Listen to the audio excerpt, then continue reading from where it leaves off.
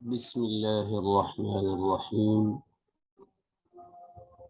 عن أبي هريرة رضي الله تعالى عنه أن رسول الله صلى الله تعالى عليه وسلم قال: من كان يؤمن بالله واليوم الآخر فلا يؤذ جاره، ومن كان يؤمن بالله واليوم الآخر فليكرم ضيفه، ومن كان يؤمن بالله واليوم الآخر فليقل خيرا أو ليسكت.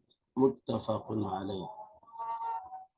سیدنا ابو ہریرہ رضی اللہ تعالی عنہ سے روایت ہے، فرماتے ہیں کہ رسول اکرم صلی اللہ علیہ وسلم کا ارشاد ہے: من كان يؤمن بالله واليوم الآخر فلا يؤذي جاره، جو اللہ تعالیٰ پر اور آخرت کے دن پر، قیامت کے دن پر ایمان لائے، وہ اپنے پڑوسیوں کو اذیت نہ دے، تکلیف نہ دے۔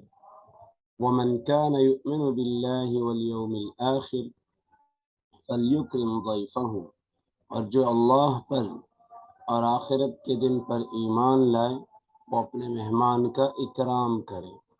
وَمَنْ كَانَ يُؤْمِنُ بِاللَّهِ وَالْيَوْمِ الْآخِرِ فَلْيَقُلْ خَيْرًا أَوْ لِيَسْكُتْ، اور جو اللہ تعالیٰ پر اور آخرت کے دن پر ایمان لائے وہ اچھی بات کہے، بھلائی کی بات کہے یا خاموش رہے۔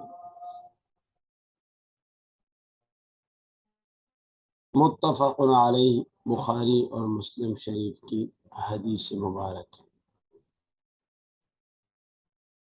اس حدیث شریف میں پڑوسیوں کے حقوق بیان کیے گئے ہیں، مہمان کے حقوق بیان کیے گئے ہیں، اور اچھی بات کہنے کی تلقین کی گئی ہے۔ اگر اچھی بات نہ کہہ سکیں تو خاموش رہیں۔ بس اس پر ہمیں عمل کرنا چاہیے کہ اپنے پڑوسیوں کا خیال رکھیں اور اپنے مہمانوں کا خیال رکھیں اور اچھی بات کہا کریں۔ جزاکم اللہ۔